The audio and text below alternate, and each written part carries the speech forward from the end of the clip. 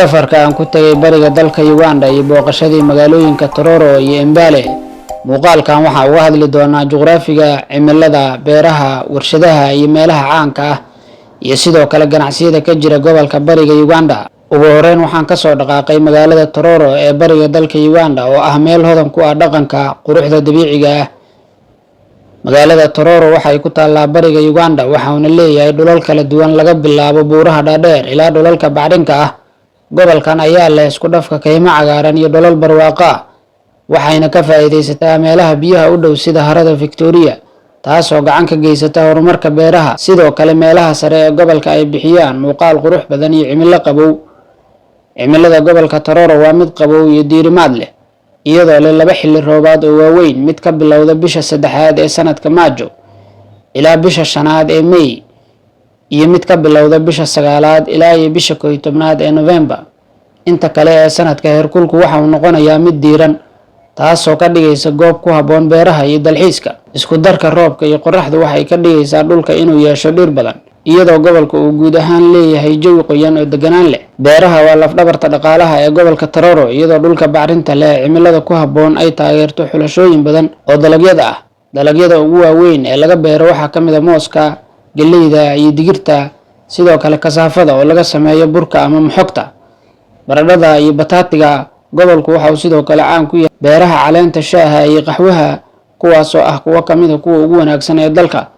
Beeraleynimadu ma aha oo kaliya hab nololeed marka la joogo gobolka bariga Uganda, laakiin sidoo kale waa qayb muhiim ah oo ka mid ah dhaqaalaha deegaanka, iyadoo beeraleyda badankoodu ay ku tiirsan yihiin beero yaryar iyo ganacsiyada waaweyn ee beeraleyda. Gobolka Tororo waxa uu leeyahay qayb warshadeed oo soo koraysa, iyadoo ay jiraan warshado badan oo qaabilsan soo saarista alaabta beeraha sida qaxwaha. Warshadaha kale ee muhiimka ah waxaa ka mid ah soo saarista dharka, habaynta cuntooyinka.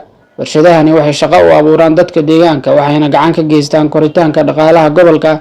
Intaa waxaa dheer, warshadaha yaryar ee soo saara alaabaha farsamada gacanta, qalabka dhismaha. Goobaha caanka ah ee Tororo waxa uu leeyahay goobo caalami ah oo mucjisooyin dabiici ah. Qaar ka mid ah meelaha loogu talagalay in la booqdo waxaa ka mid ah harada Victoria, gobolkan oo kulaalaya harada ugu weyn ee Uganda, taasoo noqonaysa goob caan ah oo kalluumeysiga iyo doomaha aad ugu badan yihiin.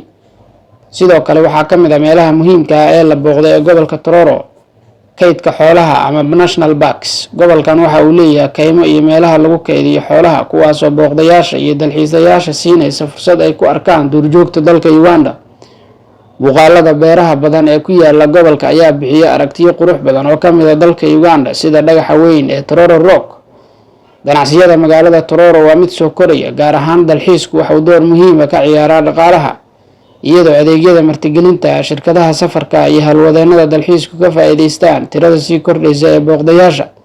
Ganacsiyada yaryar ee deegaanka sida farsamada gacanta, maqaayadaha iyo adeegyada gaadiidka ayaa sidoo kale ka qayb qaata dhaqaalaha firfircoon ee gobolka bariga Uganda. Magaalada Tororo waa meel firfircoon oo horumarsan, laga bilaabo dhulka bacrinka ah, cimilada ku habboon, ilaa iyo warshadaha soo koraya dhaxalka dhaqameed. Magaaladani waa qayb muhiim ah oo ka mid ah dhulka kala duwan ee dalka Uganda. Intii aan safarka ku sii socday inta u dhaxaysa Tororo iyo Mbale, waxaan arkay dhul ballaaran oo doog cagaaran ah oo ay daaqayaan xoolo kala duwan sida lo'da, riyaha iyo idaha dabada dheer ee Uganda caanka ku tahay, taasoo muujinaysa inay aaggaan ku habboon tahay beeraha iyo xanaanada xoolaha, isla markaana leh cimilo wanaagsan iyo carro bacrin ah. Ugu dambeyn waxaan gaaray magaalada Mbale oo xarun u ah magaalo firfircoon oo ku taal dalka Uganda.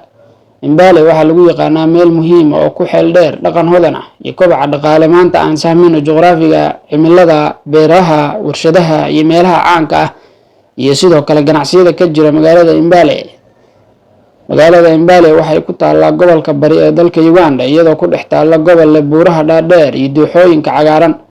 Waxaa ku wareegsan dhul beeraley ah, waxayna ka faa'iideysataa meelaha muhiimka ah ee loo maro, taasoo ka dhigaysa magaalo ganacsi oo muhiim u ah gobolka. Juqraafiga magaalooyinka waxaa ka mid ah isku dhafka kaymaha, buuraha, dhul beero, iyadoo sidoo kale ay dhowdahay webiyo muhiim ah oo biyaha ka geysta waraabka iyo nolosha maalinlaha ah.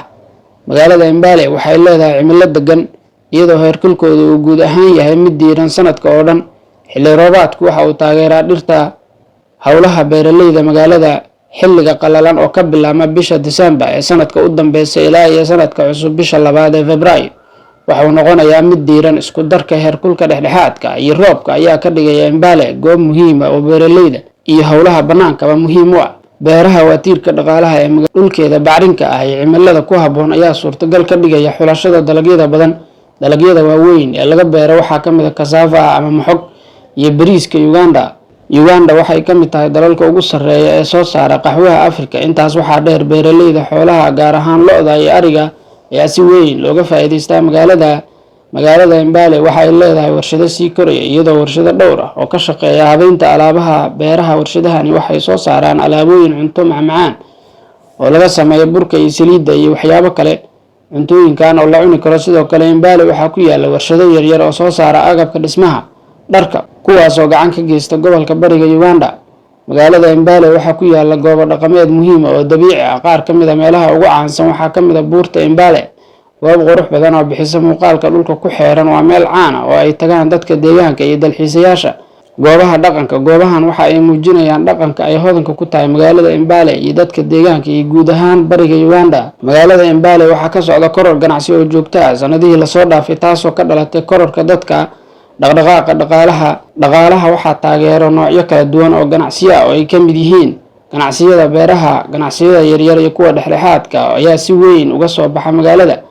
Laga bilaabo suuqyada maxalliga ah ee lagu iibiyo khudaarta cusub ilaa iyo goobaha lagu iibiyo dharka, qalabka korontada iyo agabka guryaha.